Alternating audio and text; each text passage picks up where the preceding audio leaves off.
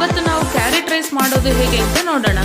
ನಮ್ಮ ಚಾನೆಲ್ ಅನ್ನು ದಯವಿಟ್ಟು ಸಬ್ಸ್ಕ್ರೈಬ್ ಮಾಡಿ ಮತ್ತು ಪಕ್ಕದಲ್ಲಿರುವ ಬೆಲ್ ಬಟನ್ ಕೂಡ ಪ್ರೆಸ್ ಮಾಡಿ. ನಿಮಗೆ ಈ ವಿಡಿಯೋ ಇಷ್ಟವಾದಲ್ಲಿ ಲೈಕ್ ಮತ್ತು ಶೇರ್ ಮಾಡಿ.